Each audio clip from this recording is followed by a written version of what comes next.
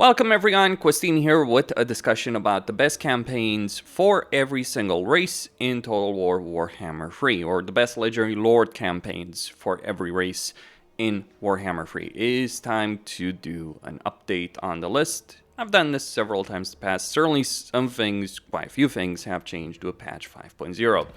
Starting with the Beastmen, it is Taurox by far and away. Let me just explain this as quickly as possible.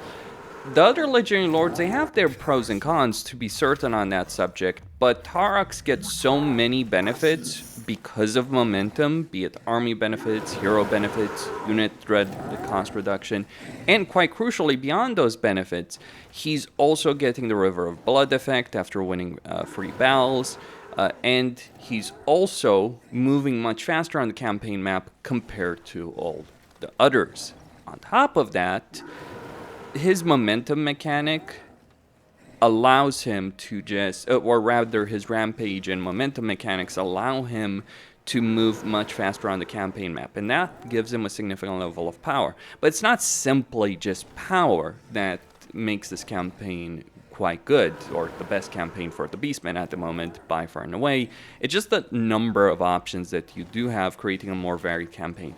It's also probably the hardest campaign for the Beastmen, because while Khazrak certainly has a harder turn 1, having to deal with a Wood Elf settlement on turn 1, potentially, he's not quite in the same situation as Taurox, who has High Elves and Dark Elves that are going to be a problem. But if you overcome that early game, you are rampaging across the world, and very few things can stop you.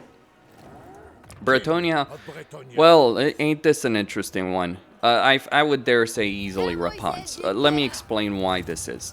Bretonnia's confederation mechanic and territory and vows do have certain limitations in the campaign that Lewin, Alberic, and the Fey Enchantress do have to deal with. Alberic less so, but he has other problems with respect to having to deal with Zartosa in order to get his quest, one of his quest items. Fey Enchantress and Lewin suffer because Bretonnia, yeah, it's great, but you declare war on fellow Bretonnia factions, you're screwed.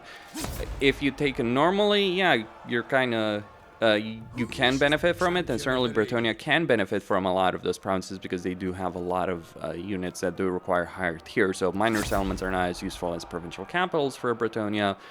But at the same time, like Rapunzel doesn't have those limitations, has free control faction-wide, minus 50% upkeep for embedded heroes, melee events for questing knights, and quite importantly for her, because of her location, she's actually able to unlock vows and get those vows sorted out in a campaign far easier than the others. She also doesn't have to deal with Bellicor or Ikeclaw in her campaign early on, whereas, yeah, Luna has to deal with that.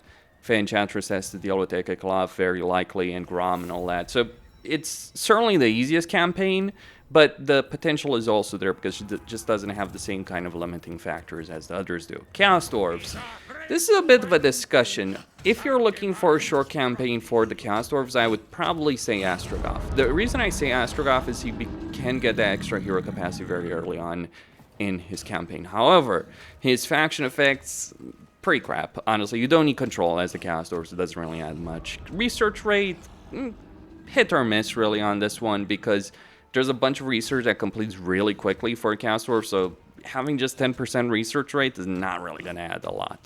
Conclave Influence, again, just not really going to be adding a lot, especially because you can get a lot of Conclave Influence with Labor. Like, seriously, Zaytan can get more Conclave Influence with Labor because he gets that casualty captured post-battle. So, my perspective, but at the same time, just being able to get those heroes early on in his campaign does give you benefits. On the flip side, if you're looking to play a campaign that's longer than, say, 15 turns, without a doubt, Drazov. And also, like, that hero capacity benefit that Astrogoth has is nullified by the fact that you can get a Lord with Hammer Khan's defeat trade, so, yeah, Drazov is the best by far. And it's not just, like, his faction effects, though that armament output and armament cost does give him a lot more variety in the armies he's having, but also his skill line is pretty damn phenomenal. He's a good melee lord, he's a great caster, certainly much better than Astrogoth. Like, it's kind of hilarious. I would say, like, as a hybrid lord, like melee caster lord, Drazov wins hands down. Like, he has more flexibility on the battlefield because he's flying. He's not maybe quite as durable as Astrogoth in some ways, but he's freaking flying on a big-ass Taurus, so he's got a lot of potential there. And then on top of that, his magic, like I would say, like in terms of pure combat ability, for a single lord, he probably has the highest combat ability of any of the caster lords in the game. Yes, even greater than people like Deckless or Gelt.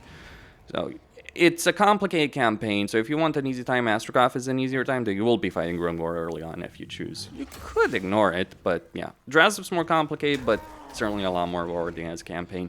Zaytan, he can work long term, but just, you know, takes a while to get there. Demons of Chaos. Okay, let me just clump all the demons together, because there's no point, right? It's like, who's the best Slaaneshi faction? Slaanesh. Okay, the best demonic faction of like all the demons of chaos is, I would say, it's N'Kari. Like personally, while a lot of people would argue Khorne, I think N'Kari plays a campaign that actually makes more sense within the context of Warhammer 3. I think Skarbrand is a very one-dimensional campaign, whereas N'Kari does have a lot of options with cults, various possibilities around the world with forced vassalization. Vassalization isn't a great mechanic, but this campaign can be really fun, at least in the short term. It's either going to be N'Kari or it's going to be Skarbrand. One of those two. It depends on what you prefer. I would not bother with Tzeentch. I would certainly not bother with the Changeling. Crappy campaigns.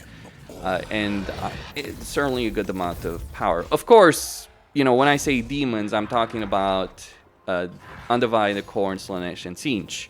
Nurgle-wise, we have 3 legendary lords, and yeah, Tamarkan wins hands down. More variety because of the chieftains that he has, Kask, the mechanics he has, lots of quest battles, lots of variety, just a campaign like elevates, that's considerably better than all the other demonic campaigns, I would say, combined.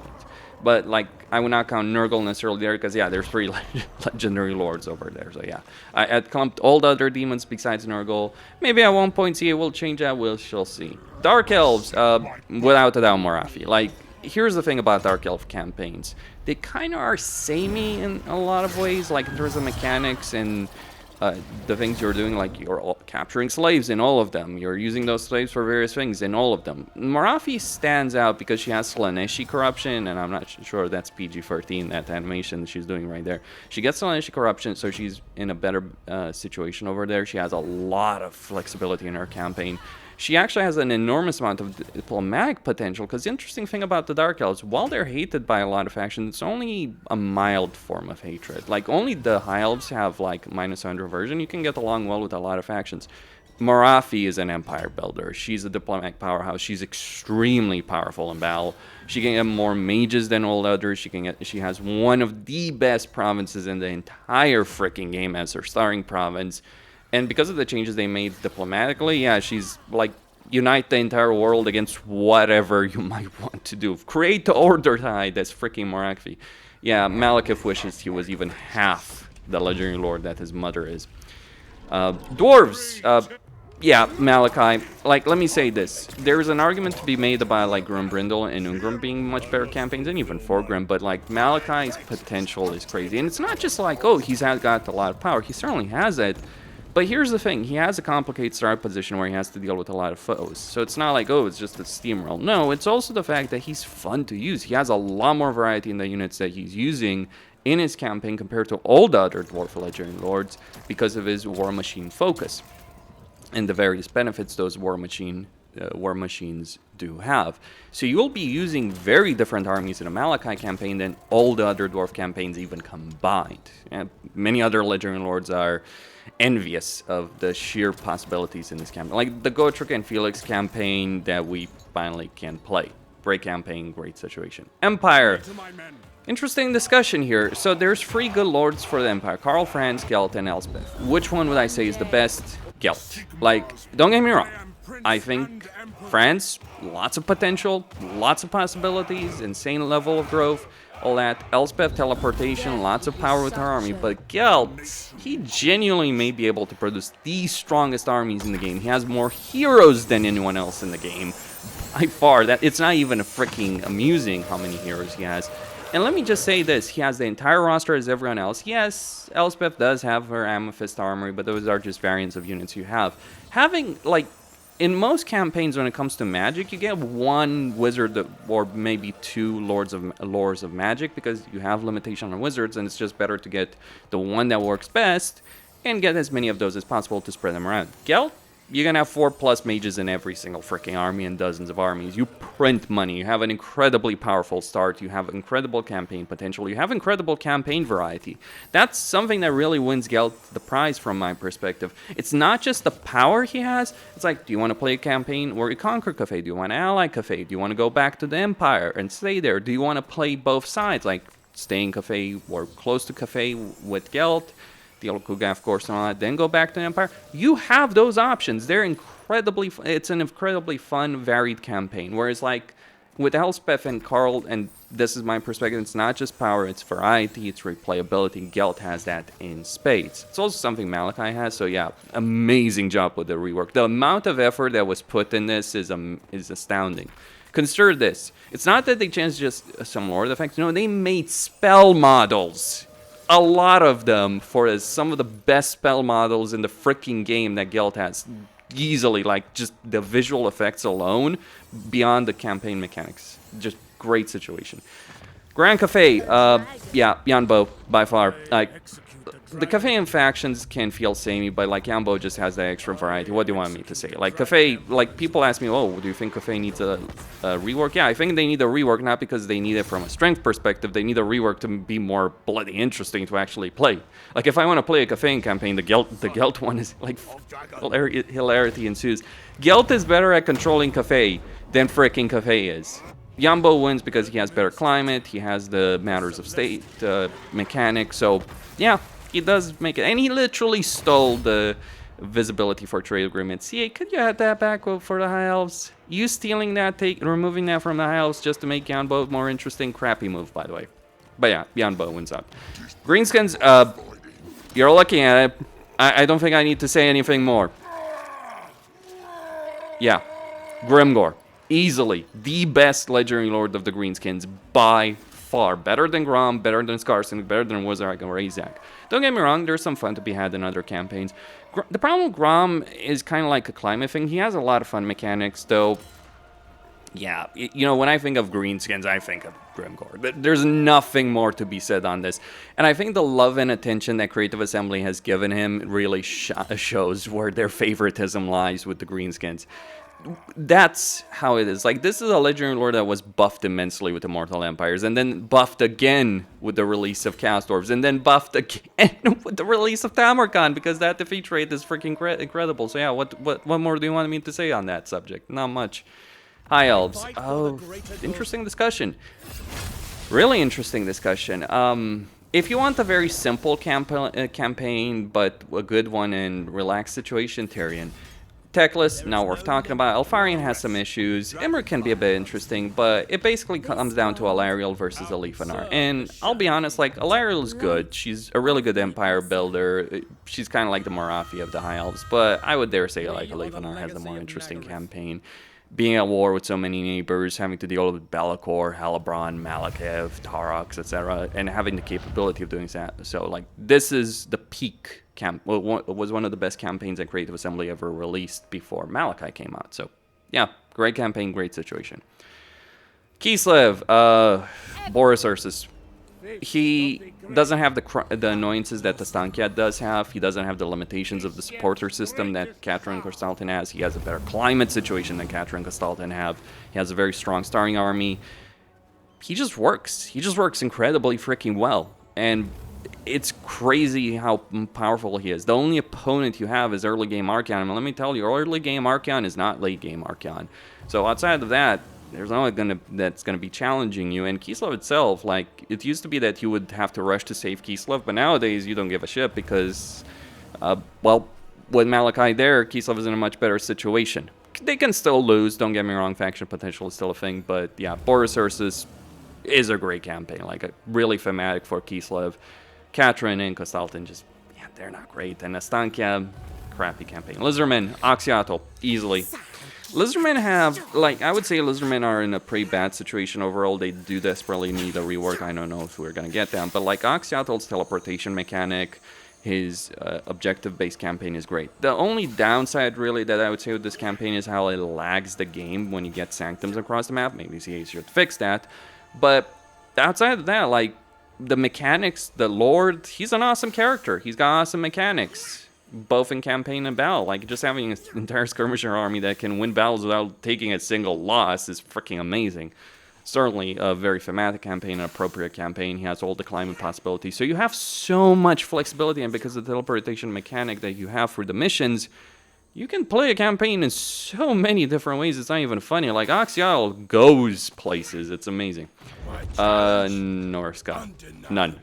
Okay, both are crap. Like, I'm not gonna sugarcoat it. Like, Norsca is not worth talking about, I'm sorry, they're a bad race. Like, really, I would say Trog is better than Wolfric just because he starts with those trolls and has easier access to them, and better trolls. Wolfric is probably better in a very long campaign because of that. You know, once you get Marauder champions, it's better to get those, but it's just not. It's a bad race, what do you want me to say? But yeah, Trog wins out before Norsca. Already covered. Nurgle, Ogres, you know what? I'm not even doing this. It's like, they're both shit. Like, what do you want me to say? Grease is better than Scrag, but that's all I'm gonna say. Just because he has an extra camp. Scrag has better effects and all that, but it's just that extra camp counts for something. I'm not gonna dive in that. Skaven! Interesting decision on Skaven. So, a lot of people would do a Kicklaw. Personally, I think it's Snitch. Like, I really think it's Snitch. He has a great starting position. Cathay is one of the best areas in the game, so he's not... Like, the problem with Kicklaw and Fraught, you're just so genuinely annoyed by the starting position. Not because there's a lot of enemies, but because of the terrain design choices. Kislev is a crap area, and so is freaking Skaven Blights, or rather Thalia and Estalia.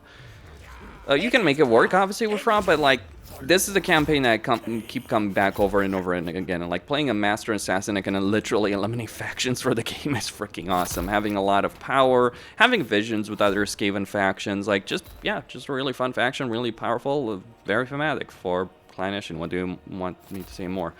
Tomb Kings, Archon the Black. Like, forget the rest of the Tomb Kings, they're not even close. Just starting with that extra army capacity, having extra variety of units, having a great starting position, having diplomatic potential just makes Archon work.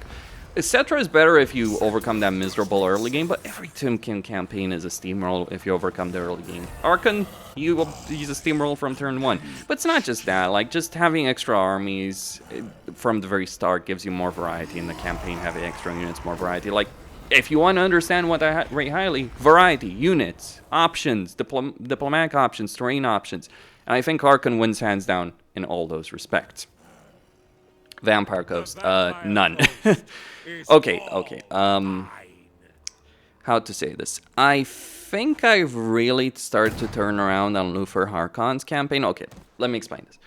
Silostra, I don't know, like, they're all bad because, like, okay, let's go over this.